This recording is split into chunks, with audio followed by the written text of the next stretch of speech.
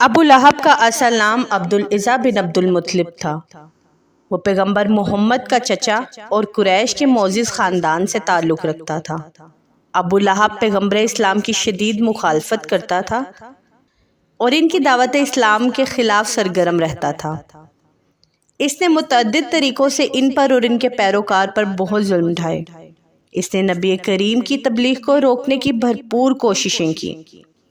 السلام علیکم ویورز، ہمارا چینل دیکھنے اور بہت ساری حوصلہ افزائی کرنے کے لیے آپ کا تہہ دل سے شکریہ ادا کرتی ہوں، اور آپ سے یہ بات شیئر کرنا چاہتی ہوں کہ یہ چینل نہ صرف ارننگ کا ایک ذریعہ ہے بلکہ اس کا مقصد آپ کو صحیح معلومات فراہم کرنا ہے جو احادیث اور قرآنی آیات پر مبنی ہیں۔ آپ کا اعتماد میرے لیے اہم ہے اور میں کوشش کرتی ہوں کہ ہر انفارمیشن مفید اور درست ہو۔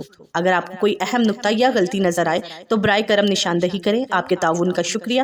اللہ آپ کی اور ہماری ہم سب کی رہنمائی فرمائے، آمین۔ نبی کریم صلی اللہ علیہ وآلہ وسلم کی پیدائش پر ابو لہب کا رد عمل کچھ روایات میں یوں بیان کیا جاتا ہے کہ جب آپ کی ولادت ہوئی تو ابو لہب کی لونڈی صوبیہ نے یہ خوشخبری ابو لہب کو سنائی۔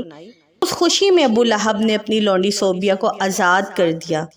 یہ واقعہ ظاہر کرتا ہے کہ نبی کریم صلی اللہ علیہ وآلہ وسلم کی پیدائش پر ابو لہب نے خوشی کا اظہار کیا اور ایک نیک کام انجام دیا، لیکن بعد میں جب نبی کریم نے نبوت کا اعلان کیا تو ابو لہب ان کے شدید مخالفوں میں شامل ہو گیا اور انہیں تکلیفیں پہنچائیں۔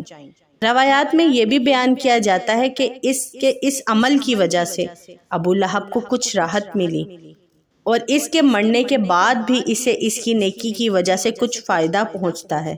مثلاً بعض روایات کے مطابق ہر پیر کے دن ابو لہب کو اس انگلی سے پانی پلایا جاتا ہے جس سے اس نے خوشی کا اشارہ کیا تھا۔ یہ روایات اس بات کی نشاندہی کرتے ہیں کہ نبی کریم کی پیدائش کے وقت ابو لہب نے نیکی کا ایک عمل انجام دیا تھا، لیکن بعد میں اس کی دشمنی اور مخالفت نے اس انجام کو برباد کر دیا۔ جب نبی کریم عوامی مقامات پر اسلام کی دعوت دیتے تھے تو ابو لہب ان کا پیچھا کرتا اور لوگوں کو ان کی بات نہ سننے کی تلقین کرتا تھا۔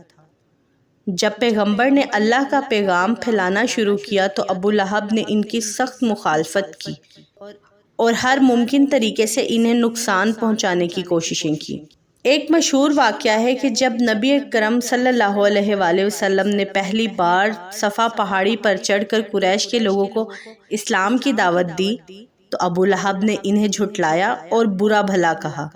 ابو لہب کا یہ رویہ نہ صرف ذاتی دشمنی پر مبنی تھا بلکہ اس نے عوامی سطح پر بھی نبی کریم کی مخالفت کی۔ ایک اور واقعے میں کہا جاتا ہے کہ جب نبی کریم نماز پڑھتے تھے تو ابو لہب ان پر کوڑا کرکٹ پھینکا کرتا۔ اس نے نبی کریم کے پیروکاروں کو بھی بہت ستایا اور ان پر مظالم ڈھائے۔ ابو لہب نے مسلمانوں کی سماجی اور اقتصادی بائیکاٹ کی بھی حماقت کی، جس کے نتیجے میں مسلمانوں کو شدید مشکلات کا سامنا کرنا پڑا۔ ابو لہب اور اس کی بیوی ام جمیل نے پیغمبر محمد صلی اللہ علیہ وآلہ وسلم کو جسمانی اور نفسیاتی طور پر نقصان پہنچانے کی بہت کوششیں کی۔ ام جمیل نبی کریم کے راستے میں کانٹے بچھاتی تھی تاکہ وہ زخمی ہوں۔ ابو لہب لوگوں کو نبی کریم کی باتیں نہ سننے کی تلقین کرتا اور ان کے خلاف پروپیگنڈا کرتا۔ ان تمام مظالم کے باوجود نبی کریم نے صبر اور برداشت کا مظاہرہ کیا اور اللہ کی مدد پر بھروسہ رکھتے رہے۔ یہ باتیں اس بات کی عکاسی کرتی ہیں کہ نبی کریم نے کس طرح صبر اور حوصلے سے اپنے دشمنوں کا سامنا کیا اور اللہ کے پیغام کو پھیلانے میں کوئی کسر نہ چھوڑی۔ ابو لہب کا انجام قرآن مجید میں سورہ لہب سورت 111 میں بیان کیا گیا ہے۔ اس سورت میں اللہ تعالیٰ نے ابو لہب اور اس کی بیوی کے انجام کی پیشن گوئی کی ہے۔ ابو لہب کے ہاتھ ٹوٹ جائیں اور وہ ہلاک ہو جائے، نہ اس کا مال اس کے کام آیا اور نہ وہ جو اس نے کمایا۔ وہ جلدی بھڑکتی ہوئی آگ میں داخل ہوگا اور اس کی بیوی بھی، جو ایندھن اٹھانے والی ہے۔ اس کی گردن میں مضبوط بٹی ہوئی رسی ہوگی۔ تاریخی روایات کے مطابق ابو لہب جنگ بدر کے بعد ایک بیماری میں مبتلا ہوا جو ممکنہ طور پر ایک جلدی مرض تھا۔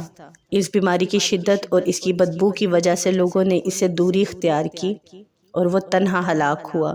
اس کے اپنے خاندان والوں نے بھی اس کے مردہ جسم کو ہاتھ نہیں لگایا اور ایک گڑھے میں دھکیل کر اس پر پتھر ڈال کر اسے دفن کر دیا۔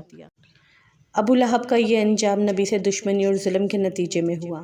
یہ بات اس بات کو ظاہر کرتی ہے کہ کوئی بھی ظالم اللہ کی پکڑ سے زیادہ دیر تک بچ نہیں سکتا۔